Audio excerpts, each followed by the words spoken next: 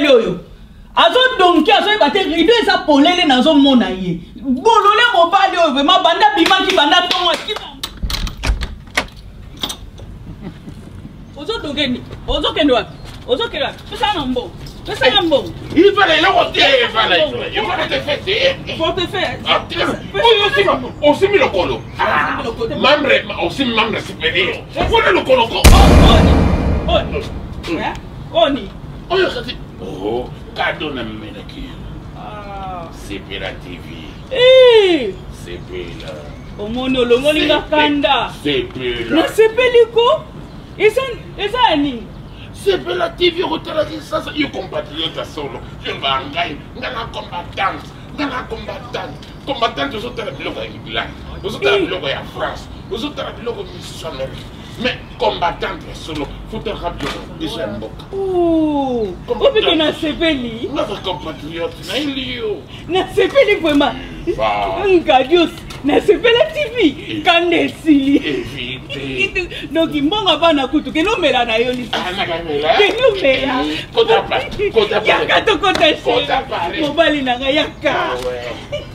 Va. Salut et bienvenue sur RD Congo Info. Tout le monde est d'accord et il en restera ainsi pendant longtemps. Batuba Rosalakara d'accord na rdcongoinfo.fr. Le loba bengi biso to fa nanda ku Rex Kazadi a bengi biso bomo tozali en plein Paris.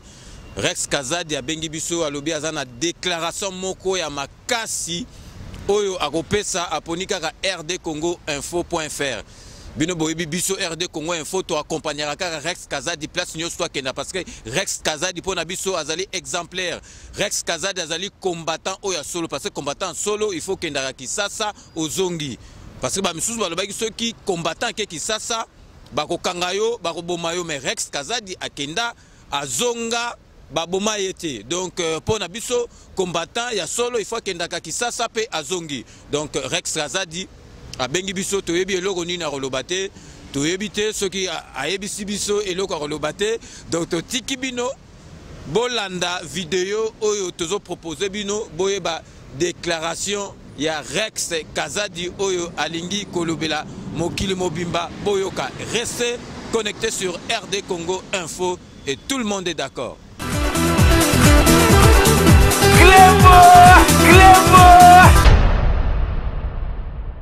Rex Kazadi doit surprendre une fois de plus. Boyebi que Rex Kazadi depuis Akenda Kisasa parce que ba combattre belé ba Akenda Kisasa te. Rex Akenda Kisasa a amélioré lingala nae. Ya ngana oka elengi na ko interview na lingala. Donc Rex doit surprendre yo. Ya ngana baba Rex collabo au Rex comme ça. Tête à tête au kutana na ministre intégration ministre ya Kabila. Okoko yebisa biso eloko nini bosololi nae.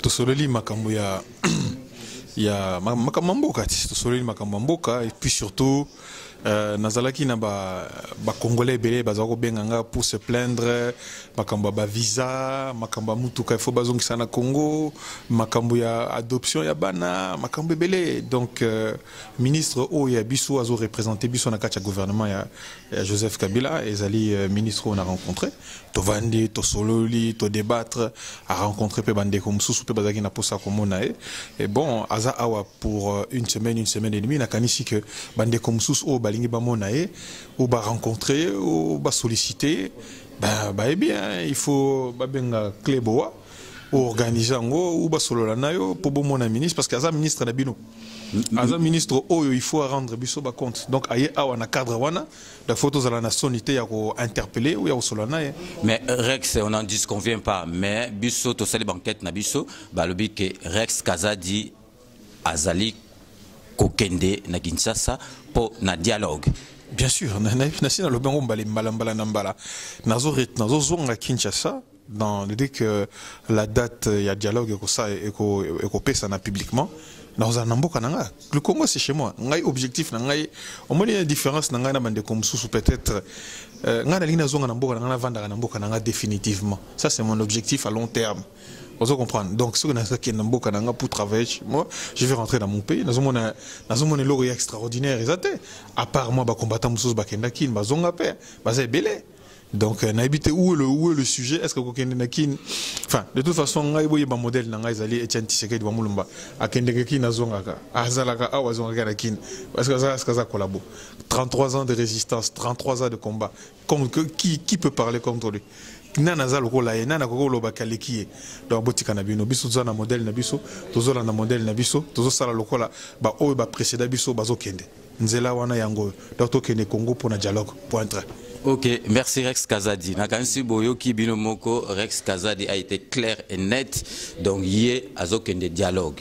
Parce que les combattants et belé bakenda Kisasa te balobaki soko okomina Kisasa bako kanga na aéroport. Rex Kazadi akende Kisasa azonga. C'est quoi confirmer bino susuke azokende na dialogue. Kutu alobi okende yemo côté azomemana Rolemena parce que Rolemena a commis l'entourage ya BPK donc yepé azokende na parce que Ngwanda akosaye et belé. Rolemena aye komona ke Ngwanda akosaye et belé ya ngwana azako kende na yepé na dialogue. Donc restez connectés sur RD Congo Info.